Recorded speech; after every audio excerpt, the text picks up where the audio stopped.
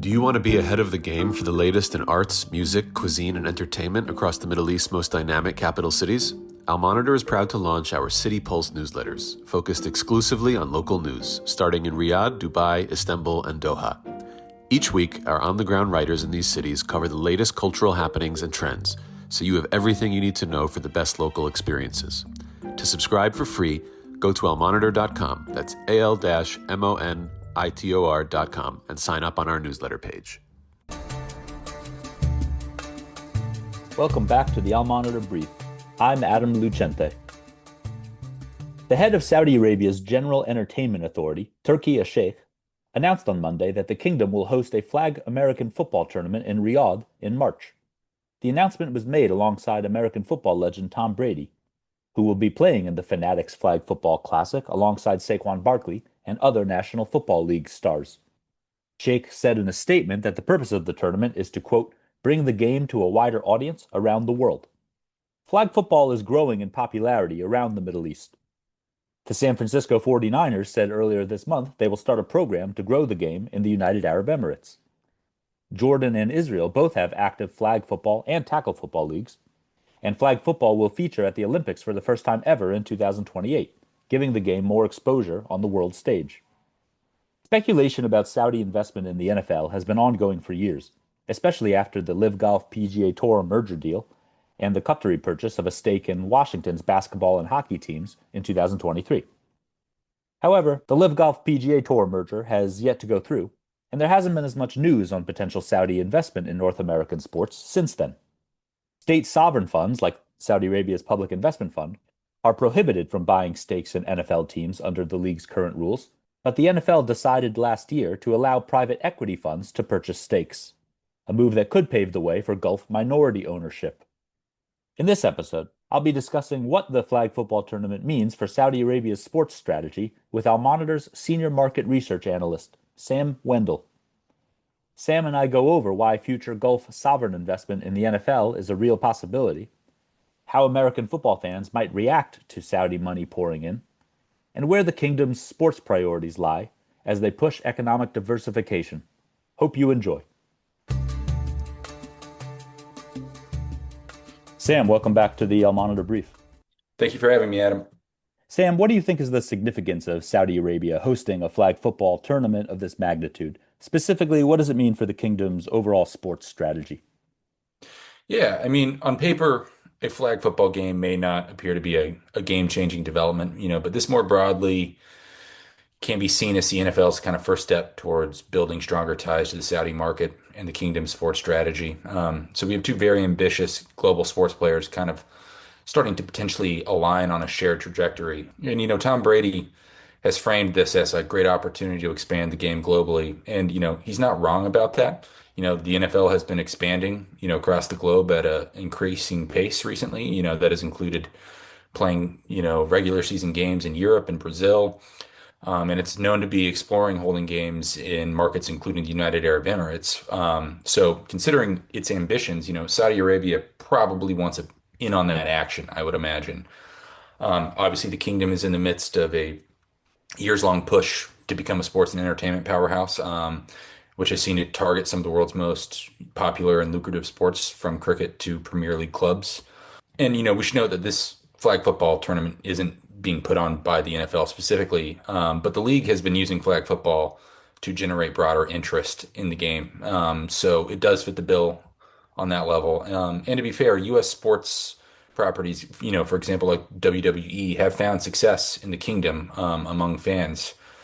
And so, the NFL could similarly, kind of find opportunities for sponsorship and new fans in Saudi Arabia. There's a lot of moving pieces here, but this, it's as an early move, it does hint that these two players could collaborate in the future. Yeah, if anything, I think this is a big public relations win for the kingdom and Vision 2030 and their sports strategy in general. I mean, Brady is a bigger name than most NFL stars in terms of like international exposure. And obviously, Yeah. we've already seen, Saudi Arabia lure Cristiano Ronaldo and owns Jabber in tennis, and obviously all the LIV Golf players. I don't see flag becoming anything close to the NFL in terms of revenue, but it is worth noting that it is popular in the region, like you mentioned, the UAE, but also Jordan and Israel. it's the start of a potential track record here. They hold this, it's not that much different than, like a charity golf tournament or something like that, but it kind of lays the groundwork for future NFL Saudi tie-ups. Another thing I've been wondering about is, and something you've reported on, is how receptive NFL fans would be to Saudi investment or Saudi involvement in general. Yeah, obviously, in some ways, this mirrors political divides in the U.S., where, how people view Saudi Arabia is partly based on their views of President Trump, who is obviously close with the Saudi government. But it seems to me that people will always watch American football in the U.S. It's survived other controversies like over Black Lives Matter protests, and 9/11 is somewhat faded in the American memory, and Saudi money is becoming more normalized in sports, most notably through Live Golf. So, how receptive do you think the NFL fans would be to the Saudi money? Yeah, I mean, it's a great question. I think, and obviously Saudi Arabia's global, sports investments are a frequent target of sports washing claims. And, they have generated golf investments in general have been generated some, backlash, for example, in Europe when they bought soccer clubs. But from my vantage point, I don't think the average US sports fan will care that much or react negatively, about a NFL sort of, or a growing link between the NFL and Saudi Arabia, or for the Saudi brands to, for example, boost their sort of exposure in the league via sponsorships and so forth. Now down the road, if the league were to further loosen ownership rules and you had Gulf Royals buying, for example, like the Dallas Cowboys from Jerry Jones, maybe then you might see some backlash. But currently, I doubt this sort of nascent relationship is going to cause much uproar in this current climate, especially based on what you just mentioned. I don't think that Saudi Arabia necessarily has the sort of negative perception amongst NFL fans that, it is made out to be in the media when they talk about sports washing. Don't go anywhere. We'll be back with more after this short break. Today's transformation of the Middle East is at the center of global geopolitics. Whether you're an analyst, diplomat, executive, or academic, you need the best reporting and analysis to understand what's really happening on the ground and what it means for the world. Al Monitor is the award-winning independent leader in Middle East news.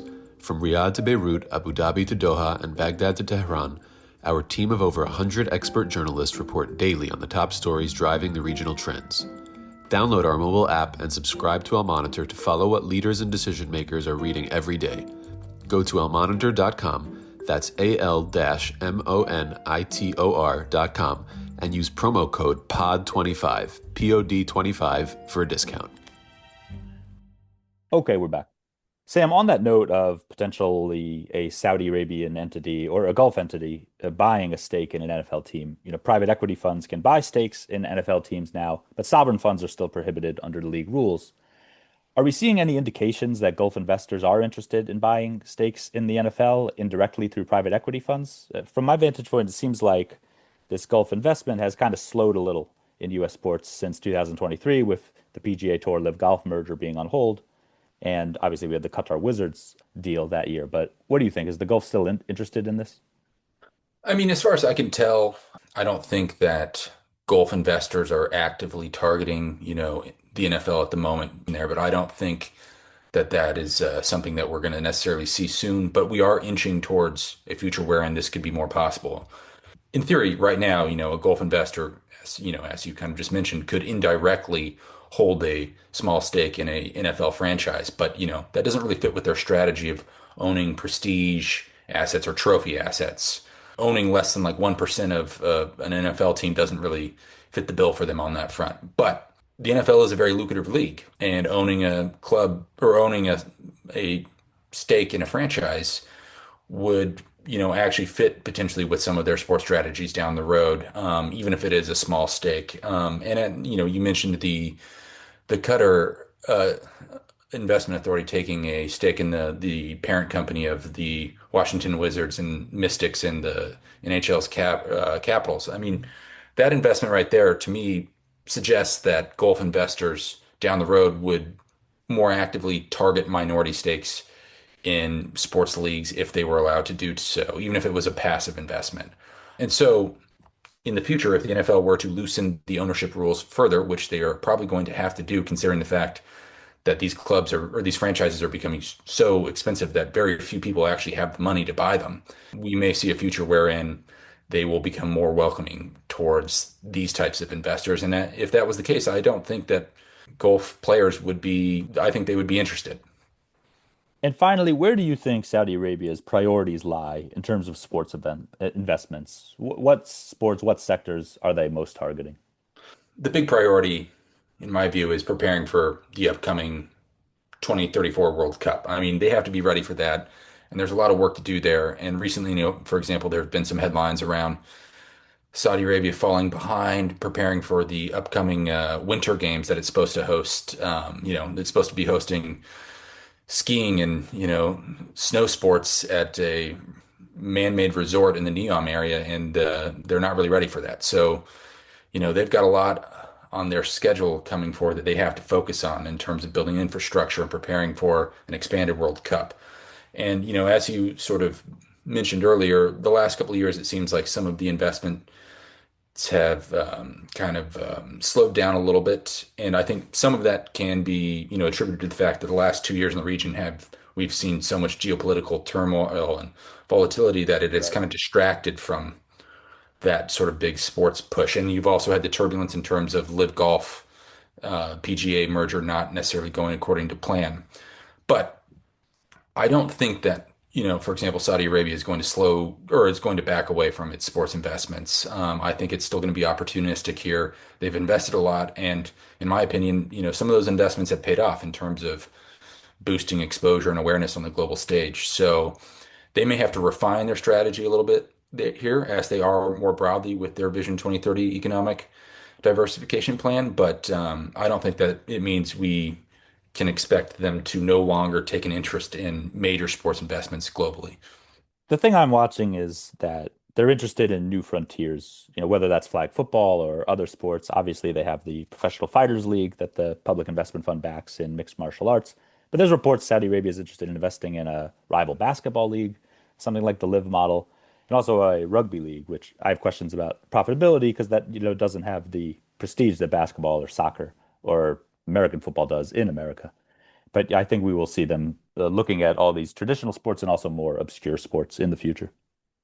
It's true, and you even look next door in the UAE where they've set up sort of a baseball league. I mean, it's mostly former major leaguers, in their twilight years. But I think in the Gulf, you're right. You're seeing investors targeting new avenues into new sports that, you just a couple of years ago you would not have expected them to have any interest in. So I think that's why, going back to my point about them acting opportunistically, I think that, they're going to continue to look for the right opportunities to bring sports leagues to the Gulf. But is this going to happen at the same magnitude or pace that we saw back in 2023 with Saudi soccer investments? I don't think so. But, you still have to be ready for this to happen. Sam, thanks a lot for your time, and we look forward to more of your reporting on these topics. Thanks for having me. Thanks for listening to the Al Monitor Brief. Be sure to follow Al Monitor for more on the stories impacting the Middle East. Until next time, I'm Adam Lucente.